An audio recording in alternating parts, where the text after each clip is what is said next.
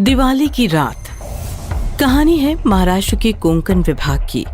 कोंकण को लोग प्यार से धरती का स्वर्ग कहते हैं, क्योंकि समंदर, घने जंगल और खूबसूरत वादियों का अनोखा संगम है कोंकण। कोंकण मुंबई शहर से काफी करीब 200-250 किलोमीटर की दूरी पर फैला हुआ है। रमन अपनी पत्नी श्वेता और 7 साल के बेटे मिहिर के साथ मुंबई में जॉब करता था। उसकी पत्नी भी आईटी कंपनी में अच्छी पोजीशन पर थी। रमन का जन्म स्थान कोंकण था। सावंतवाड़ी नामक छोटे से गांव में उसका एक खूबसूरत सा घर था, लेकिन वो घर अब खाली पड़ा था क्योंकि उसके माता पिता कई सालों पहले ही गुजर चुके थे और उसके कोई भाई बहन भी नहीं थे। दिवाली की बात है, सबकी दिवाली की छुट्टियां शुरू हुई थी। एक दिन श्वेता रमन से बोली, इस दिवाली में हम सावंतवाड़ी जाएंगे। वहाँ हमारा इतना बढ़िया घर है, पता नहीं किस हालत में होगा। हम आते जाते रहेंगे तो घर भी मेंटेन रहेगा। रमन मान गया और दूसरे दिन सब लोग कार में बैठकर सावंतवाड़ी के लिए निकले। सफर का मजा लूटते लूटते सावंतवाड़ी कब पहुँचे पता ही नहीं चला। जब उन्होंने अपना घर देखा तो वो देखते ही रह गए। घर काफी सुनसान और अकेला खड़ा था। घर के चारों ओर लंबी लंबी घास और झाड़ियां बढ़ चुकी थीं। पापा, ये तो हॉन्टेड हाउस है। बेटा, जब मैं छोटा था तब आसपास बहुत सारे घर थे। शायद हमारे पड़ोसी दूसरी जगह शिफ्ट हो गए हों। कोई बात नहीं, हम इसे फिर से नया करेंगे। रमन, मजदूरों का बंदोबस्त करो। रमन ने एक गांव वाले की मदद से कुछ मजदूर बुला लिए, लेकिन मजदूर काफी डरे हुए थे। कुछ लोग अंदर की सफाई करो, कुछ लोग बाहर की घास साफ करो। जैसे ही एक मजदूर ने घर का मेन दरवाजा खोला, उसके सामने एक भयानक पिशाच दरवाजे में खड़ा मुस्कुरा रहा था।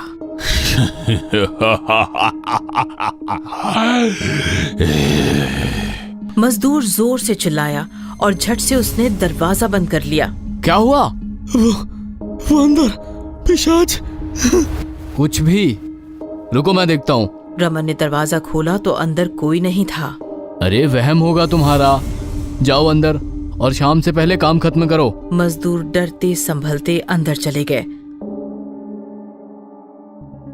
बाहर कुछ मजदूर घास काट रहे थे। श्वेता उनको बारीकी से देख रही थी। एक मजदूर घास में बैठा अपनी धुन में घास साफ कर रहा था कि अचानक उसका हाथ किसी ने पकड़ लिया। उसने सामने देखा तो सामने पिशाच बैठा था। बचाओ! बचाओ! पिशाच ने उसका हाथ पकड़कर हथियार से उसी के हाथों पर काफी गहरे वार किए। मजदूर चिल्लाने लगा। श्वेता भागती हुई उसके पास आई। क्या हुआ? वो भूत। लेकिन सामने कोई नहीं था। उसका हाथ भी बिल्कुल ठीक था। अरे कुछ नहीं, वहम है तुम्हारा, डोंट वरी।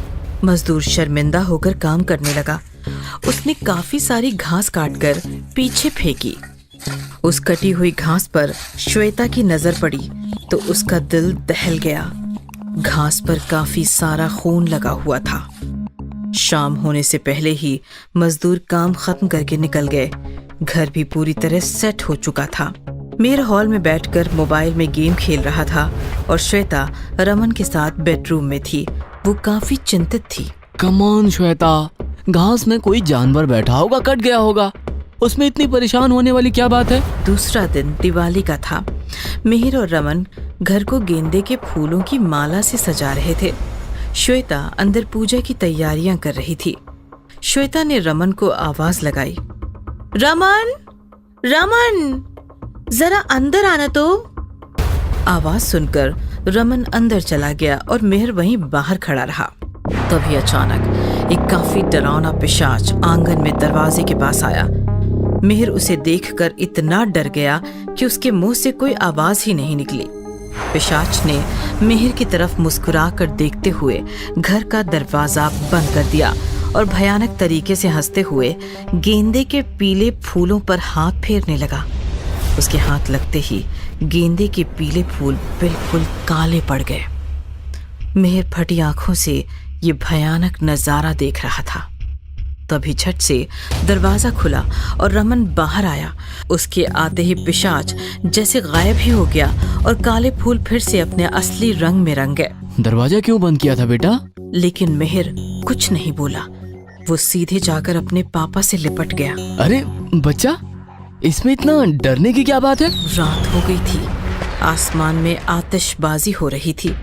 श्वेता बाहर दिए जला रही थी। वो दिया जला तो रही थी, लेकिन उसका दिया बार बार बुझ रहा था, मानो कोई फूंक मार रहा हो। अचानक जमीन पर काफी फैली हुई काली परछाई दिखी। श्वेता ने ऊपर नजर घुमाई तो वही डरावना पिशाच खड़े खड़े मुस्कुरा रहा था।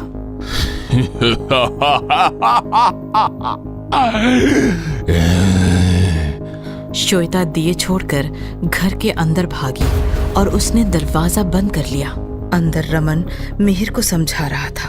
डोंट वरी बच्चा, तुम्हारा वहम था वो। डोंट वरी, पूजा करेंगे, उसके बाद ढेर सारे पटाखे उड़ाएंगे। तभी श्वेता गिरती संभलती वहां आई और आते ही बोली, किसी का कोई वहम नहीं है रमन, यह सच में भूत है। मेरी ही गलती थी जो मैंने यहाँ आने को कहा। हमारी जान को खतरा है रमन, चलो चलो चलो चलते हैं यहाँ से। रमन निकलो यहाँ से। What? Impossible! तभी अचानक कोई जोर जोर से दरवाजा पीटने लगा, खिड़कियां पीटने लगा। श्वेता और मिहिर रमन से लिपट गए। थोड़ी देर बाद दरवाजा और खिड़कियां तोड़कर बहुत से पिशाच अंदर आ गए। श्वेता और मिहिर ने रमन को कस के पकड़ लिया। अब रमन भी काफी डर गया था। क्या चाहते हो तुम? क्यों परेशान कर रहे हो? हम यहाँ दिवाली मनाने आए हैं। प्लीज हमें सुकून से रहने दो। रहना नहीं, यहाँ से निकलना है, वो भी अभी के अभी। हम 10 साल से इस सुनसान मकान में रह रहे हैं। ये मकान अब हमारा है। निकल जाओ यहाँ से, निकल जाओ यहाँ से। रमन मजबूर था। श्वेता और मिहिर भी काफी सदमे में थे। एक पिशाच अंदर जाकर उनका सारा सामान बैग्स में समेट कर ले आया। रमन और श्वेता ने डरते डरते उनसे बैग्स लिए और वो मिहिर को लेकर कार में बैठकर दिवाली की उसी रात मुंबई की तरफ निकल पड़े। मुंबई में आकर दूसरे दिन रमन ने कोंकण के एक बिल्डर को कॉल किया और अपना वो भूतिया मकान उसे बेचकर उससे ऑनलाइन ही पैसे ट्रांसफर करवाए और फिर कभी सावंतवाड़ी में कदम न रखने का फैसला कर लिया।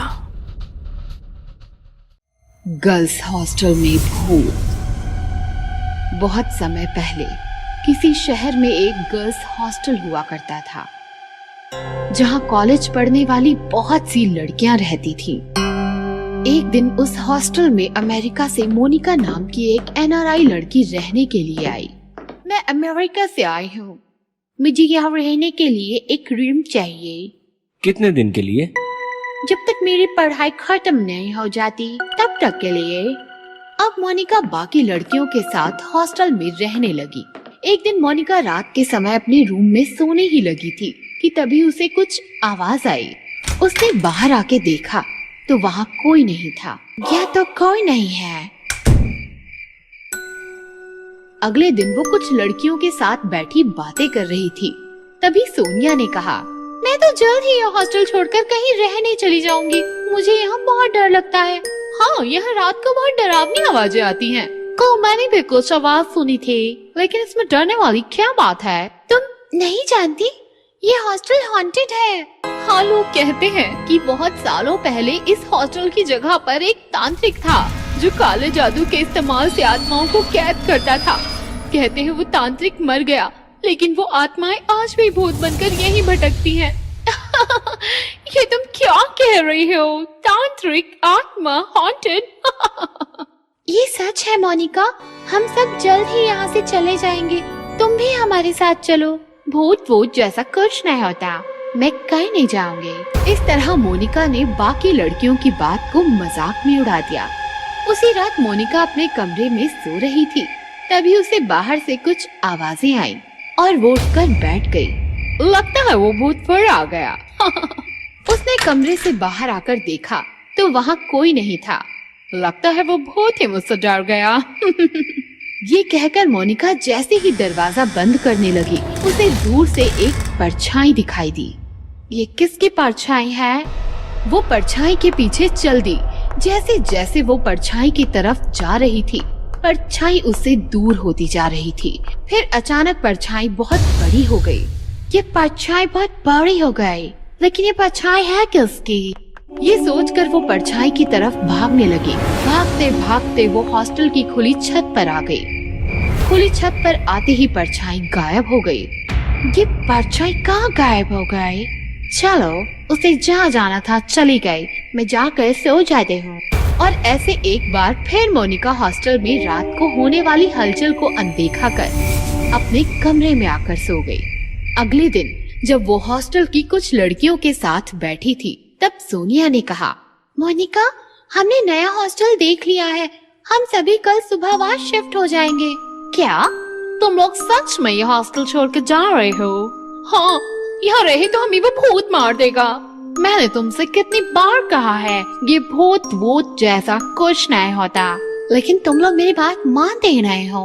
मोनिका, वो सब हमें नहीं पता। हम कल सुबह यहाँ से शिफ्ट होंगे। अगर तुम्हारा मन बन जाए तो तुम भी आ जाना। एक बार फिर मोनिका अपने कमरे में सो रही थी। तभी एक बहुत बड़ा और भयानक भूत उसके सामने आ गया। मोनिका, आंखें खोलो, देखो तुमसे मिलने कौन आया है। कौन है? अचानक इतने डरावने भूत को अपने सामने देखकर मोनिका डर गई। तुम कौन हो?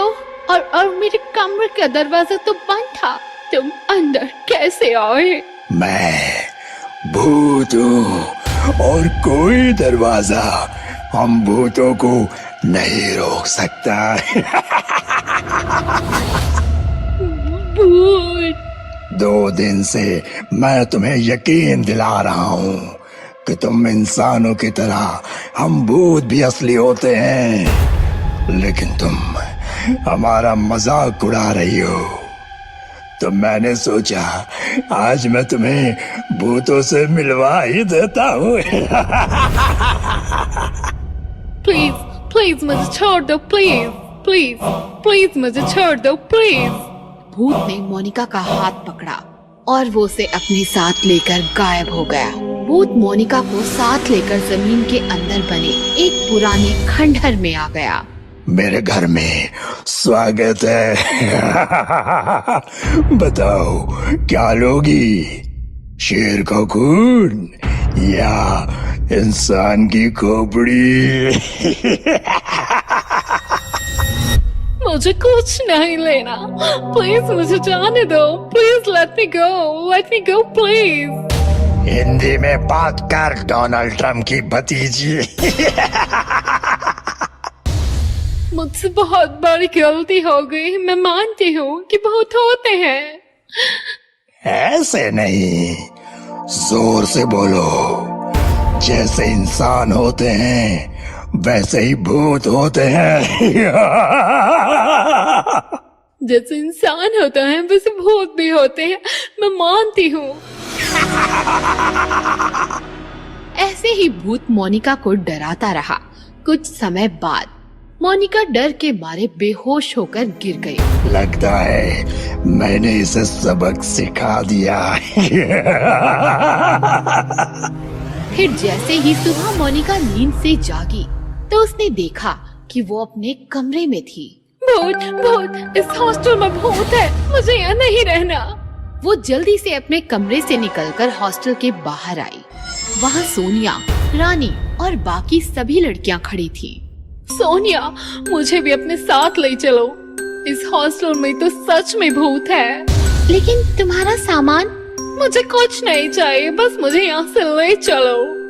इस तरह मोनिका को यकीन हो गया कि गर्ल्स हॉस्टल हॉन्टेड है और वो अपना सामान वहीं छोड़कर वहाँ से भाग खड़ी हुई।